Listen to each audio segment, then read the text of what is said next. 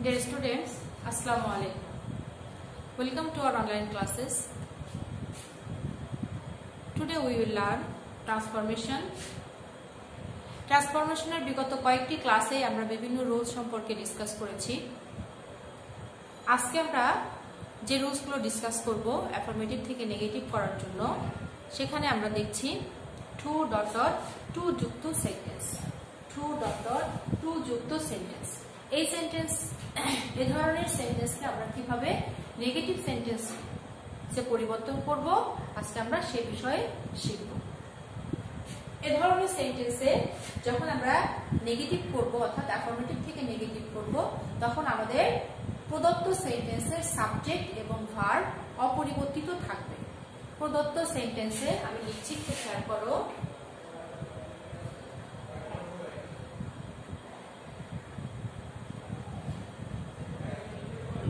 সেন্টেন্সের সাবজেক্ট এবং ভার্ব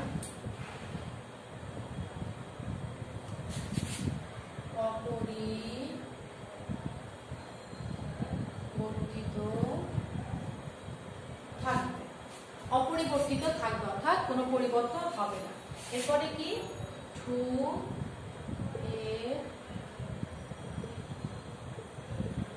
এর পরিবর্তে কি বসবে? টু এর পরিবর্তে সো বসবে। প্লাস কি বসবে? প্লাস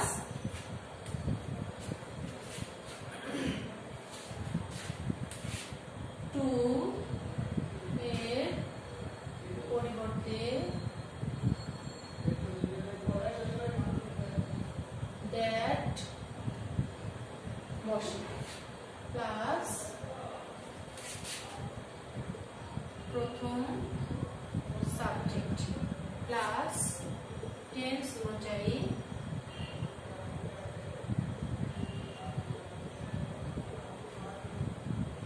cannot বা would not বসে। তাহলে দেখো, প্রদত্ত সেন্টেন্সের সাবজেক্ট এবং ভার্ব অপরিবর্তিত থাকবে।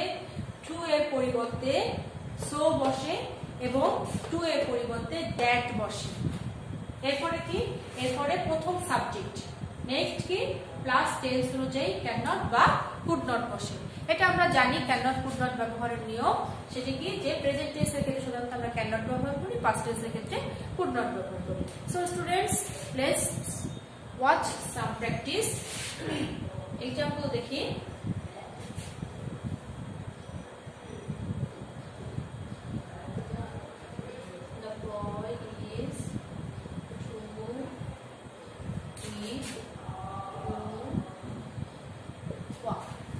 তাহলে দেখো, the boy is too weak to walk. এখানে দেখো, this is two, this is two, মাঝখানে dot dot.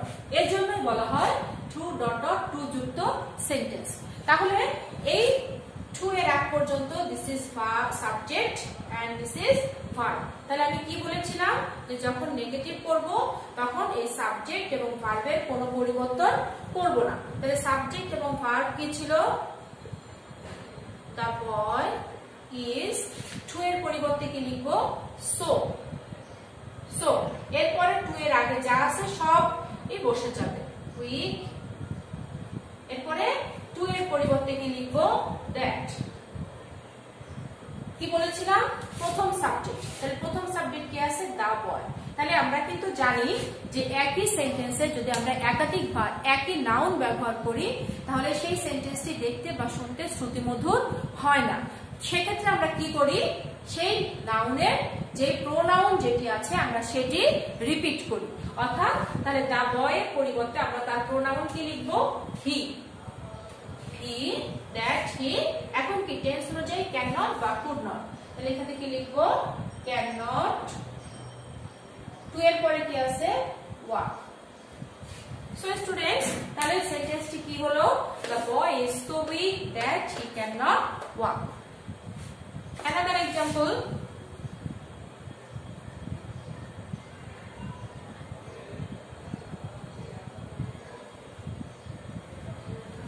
Four, two, by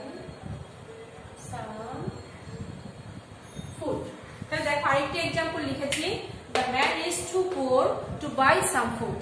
এখানেও দেখো to তাহলে আমরা যখন এটিকে নেগেটিভ করছি তখন কি হচ্ছে, the man is to এর পরিবর্তে কি লিখবো so, এরপরে কি লিখলাম poor, এরপরে to এর পরিবর্তে কি লিখবো that, এরপরে কি প্রথম সাবজেক্ট the man, তাহলে the man এর পরিবর্তে কি লিখবো he, এরপরে cannot buy some food। তাহলে ক্লিয়ার? তোমরা বুঝতে পেরেছো? আমি আগে ক্লাস নিয়েছি, এখন যদি তোমরা ভিডিওটি দেখো তাহলে তোমরা এটি রিপিট হবে এবং তোমাদের আরো বেশি ভালো মনে থাকবে। তাহলে স্টুডেন্টস, যখন to যুক্ত সেন্টেন্স তখন আমরা কিভাবে নেগেটিভ করব, যে প্রদত্ত সেন্টেন্সের সাবজেক্ট এবং ভার্ব অপরিবর্তিত থাকবে, এরপরে কি লিখবো to এর পরিবর্তে so বসাবো, so লিখবো, নেক্সট কি to এর পরিবর্তে that, নেক্সট কি প্রথম সাবজেক্ট প্লাস টেন্স অনুযায়ী cannot বা could not প্লাস কি, অর্থাৎ এটুকুই হলো রুলস। এরপরে আমরা দেখো কিছু এক্সাম্পল, দুটো এক্সাম্পল প্র্যাকটিস করছি। Let's rewatch another rules.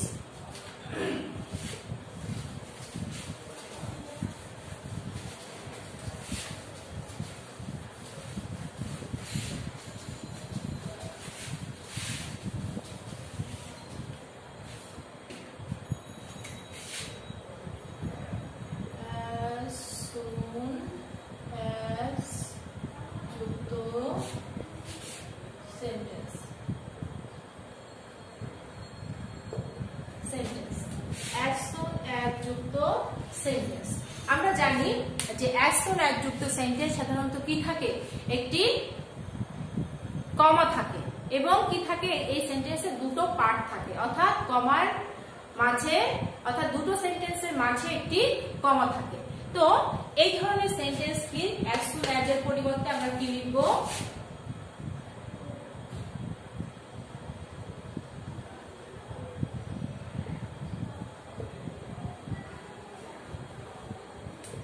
পরিবর্তে no sooner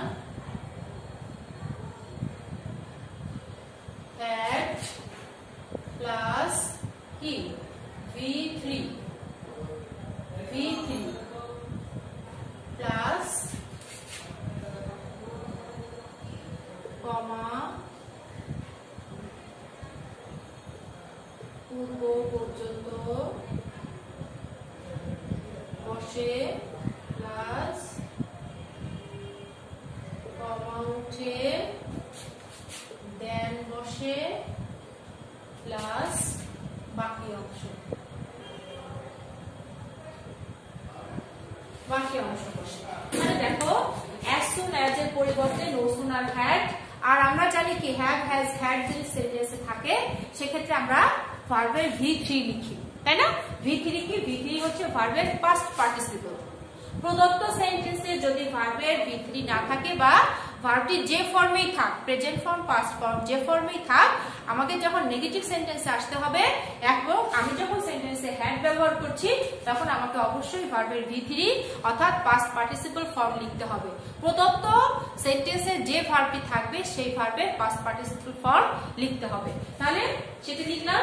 নেক্সট কি, কমার পূর্ব পর্যন্ত, অর্থাৎ ভার্বের পরের থেকে শুরু করে কমার পূর্ব পর্যন্ত যা আছে পুরোটাই বসবে, সেখানে কোনো পরিবর্তন হবে না। ভার্বের পূর্ব পর্যন্ত প্লাস কমা উঠে দেন, তাহলে কমা উঠে কি বসবে, দেন বসবে প্লাস বাকি অংশ বসবে। যেমন এক্সাম্পল দেখি,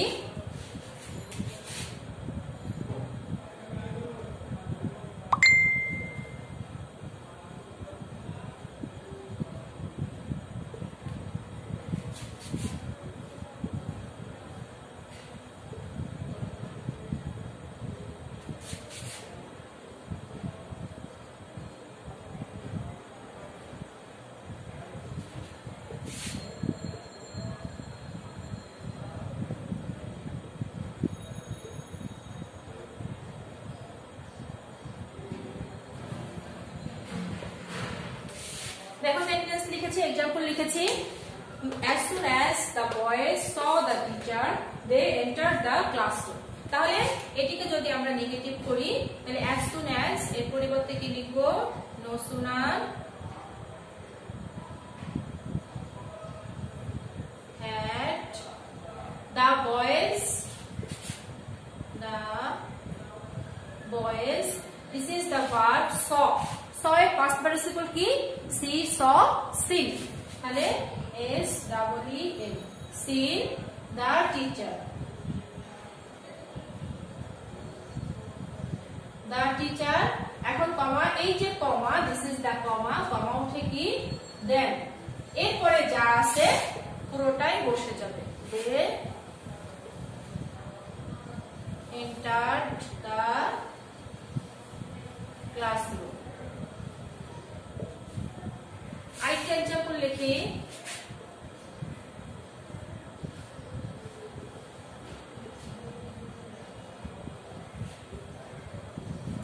the bell rang,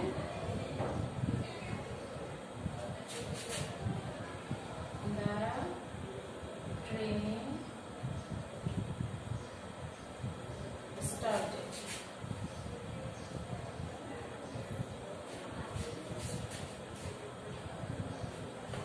দেখো তাহলে এটা কি? no sooner, as soon as এর পরিবর্তে কি লিখবো? no sooner had the bell, এই যে verb rang, তাহলে rang এর past participle কি? ring, rang, rang, r u n g, rang, কমা উঠে কি বসবে? then. এরপরে যা আছে পুরোটাই অপরিবর্তিত অবস্থায় বসবে। the train started, started, started. so students, নিশ্চয়ই তোমরা বুঝতে পেরেছো যে as soon as যুক্ত সেন্টেন্সকে আমরা কিভাবে নেগেটিভ করব। তাহলে as soon as এর পরিবর্তে আমরা কি লিখছি? no sooner had। এরপরে কি? যদি আমরা বাক্যে have, has, had ব্যবহার করি, এটা আমরা জানি, তাহলে সেখানে কি লিখি? সেখানে আমরা ভার্বের V3 লিখি। তাহলে V3 প্লাস কি? প্লাস কমার পূর্ব পর্যন্ত বসবে, এরপরে কমা উঠে then বসবে, প্লাস বাকি অংশ বসবে। এক্সাম্পল গুলো ফলো করো এবং তোমরা আরো এই টাইপের আরো অনেক এক্সাম্পল প্র্যাকটিস করো। যত এক্সাম্পল প্র্যাকটিস করবে তোমাদের এই রুলস গুলো শিখতে তত সুবিধা হবে, তত বেশি মনে থাকবে। আমি লাস্ট আরেকটি রুলস ডিসকাস করব, সেটি কি? সেটি লিখছি।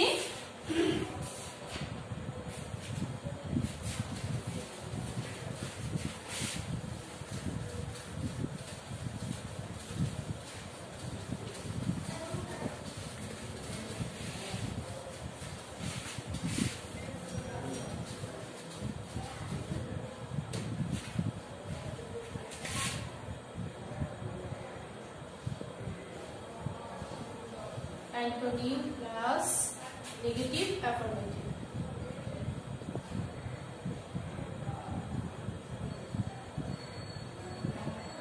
Negative affirmative. Antonym. Antonym কি? Antonym হচ্ছে বিপরীতার্থক শব্দ।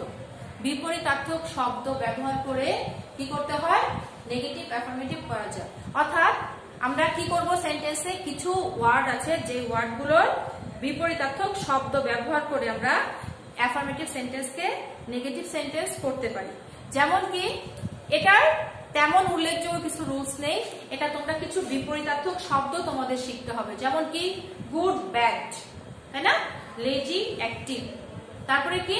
তারপরে ধরো ওবে, ডিসওবে, তাই না? অনেস্ট, ডিসঅনেস্ট, এরকম কিছু অপোজিট ওয়ার্ড তোমাদের শিখতে হবে। হোপফুলি তোমাদের কাছে যে বই আছে সেই বইতে এরকম তোমরা পাবে, এনি গ্রামাটিক্যাল বুক, অর্থাৎ তোমাদের বইতে তোমরা এই বিপরীতার্থক শব্দগুলো পাবে। যদি কেউ না জানো তাহলে বই থেকে সেগুলো শিখে নেবে, বিপরীতার্থক শব্দ। তাহলে বিপরীতার্থক শব্দ শিখলেই তুমি এগুলো করতে পারবে, প্র্যাকটিস করতে পারবে। যেমন আমি কি করছি, এটার আসলে তেমন কোনো রুলস লেখার মতো কিছু নেই, আমি কিছু এক্সাম্পল প্র্যাকটিস করছি, তাহলেই তোমরা এটি করতে পারবে। যেমন কি? He is a good boy. He is a good boy. তাহলে এটাকে যদি আমরা নেগেটিভ করি তাহলে কি হবে? He ইজ, এরপরে একটা কি লিখবো, নট দিব, নট এ গুড, গুড এর অপোজিট কি, ব্যাড, তাহলে কি লিখলাম, ব্যাড বয়। তার মানে কি হলো, he is a good boy, সে একটি ভালো ছেলে, he is not a bad boy, সে একটি খারাপ ছেলে নয়, মানে কি, সে ভালো ছেলে। আর যদি আমরা এখানে অপোজিট মিনিংটি ব্যবহার না করতাম তখন কি হতো, তখন সেন্টেন্সের অর্থ পরিবর্তন হয়ে যেত, সেক্ষেত্রে সেটি ট্রান্সফর্ম হতো না। অর্থাৎ ট্রান্সফর্ম হতে হলে কি হতে হবে, যে আমার নেগেটিভ হচ্ছে কিন্তু আমার অর্থটি প্রদত্ত সেন্টেন্সের অর্থের মতোই প্রকাশ করছে, সেটি হবে ট্রান্সফর্ম। আর আদারওয়াইজ সেটি হয়ে যাবে কি, অর্থাৎ অর্থটা পরিবর্তন হয়ে যাবে। যেমন দেখো, দ্য ম্যান ইজ অনেস্ট, এটিকে যদি আমরা কি করি, নেগেটিভ করি, তাহলে কি হবে, দ্য ম্যান ইজ, এরপর একটা নট দিব, নট, তাহলে অনেস্টের অপোজিট কি, ডিসঅনেস্ট, ডিসঅনেস্ট, তাহলে সৎ অসৎ। কি হলো, দ্য ম্যান ইজ অনেস্ট, লোকটি সৎ, আর আমি নেগেটিভে কি লিখলাম, the man is not dishonest, মানে লোকটি অসৎ নয়, তার মানে কি হলো, লোকটি সৎ। যেমন কি আরেকটা এক্সাম্পল লিখছি, is an old city, Dhaka is an old city, এটিকে যদি আমি নেগেটিভ করি তাহলে কি, Dhaka is not an new, old এর অপোজিট হচ্ছে নিউ, সিটি সিটি, তার মানে কি, Dhaka is an old city, Dhaka একটি পুরাতন শহর, এটিকে যখন নেগেটিভ করলাম কি হলো, Dhaka is not an new city, Dhaka একটি নতুন শহর নয়, তার মানে ঢাকা পুরাতন শহর। এখন দেখো আমি যে সেন্টেন্স গুলো প্র্যাকটিস করেছি প্রত্যেকটিতে কিন্তু কি ছিল, ভার্ব ছিল, অর্থাৎ অক্সিলারি ভার্ব বা ভার্ব দেয়া ছিল। যদি দেখো কোন সেন্টেন্সে এরকম ভার্ব দেয়া নেই, ভার্ব যে ভার্বটি অক্সিলারি ভার্ব এমি, যার, ওয়াজ, ওয়ার, হ্যাভ, এগুলো যা দেয়া থাকবে সেই ভার্বের পরেই তোমরা নট ব্যবহার করবে, নট ব্যবহার করবে, অর্থাৎ তাহলে এই সেন্টেন্সের স্ট্রাকচারটি কি দাঁড়ায়, subject plus verb plus not plus antonymous word, অর্থাৎ অপোজিট অর্থ, অপোজিট ওয়ার্ড, এরপরে বাকি যা আছে তাই।